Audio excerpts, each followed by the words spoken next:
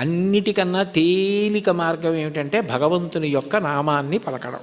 నామము ఏం చేస్తుంది అంటే నామిని తీసుకొస్తుంది. ఇప్పుడు నేను ఇక్కడ కూర్చుని అకస్మాత్తుగా మాట్లాడుతూ శోభారాజు గారు అన్నాను అనుకోండి, ఆవిడ నా వంక తిరుగుతారు. ఎందుకని? నామము నామిని ప్రతిస్పందించేటట్టు చేస్తుంది. భగవంతుని నామము ఒకటే ఉండాలి కదా. ఇప్పుడు నాకు కోటేశ్వరరావు అని ఓ పేరు, అంతేకాని నాకు సహస్రనామాలు ఉండవు కదా. మరి ఈశ్వరుడికి ఎందుకు అన్ని నామాలు అంటే? నామములు బాలసారి చేసి పెట్టిన పేర్లు కావు, నామములు గౌణములు. నిర్గుణుడైన భగవంతుడు ఒక్కొక్క గుణాన్ని ఆవిష్కరించినప్పుడు ఒక్కొక్క నామము కింద మారుతుంది. ఉదాహరణకి స్థాణుహు అన్నాను అనుకోండి. స్థాణుహు అంటే సాధారణంగా మనం ఏమంటాం, కదలకుండా ఎవరైనా నించున్నారనుకోండి, నువ్వేమైనా స్థాణువా కదలవే అంటావు.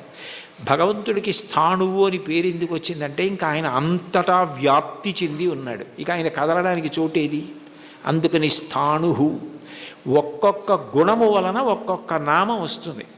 మీరు ఏదో ఒక్క నామాన్ని ప్రీతితో పట్టుకున్నారనుకోండి, ఆ నామం పలకడం అలవాటు అయిపోయింది అనుకోండి, కష్టం రానివ్వండి, సుఖం రానివ్వండి, ఏమవనివ్వండి, ఆ నామం పలకడం అలవాటైతే కలియుగంలో దానికి ఒక సౌలభ్యం ఉంది. కలియుగంలో అన్నిటికన్నా తేలిక ఏమిటంటే భగవన్నామం పలకడం.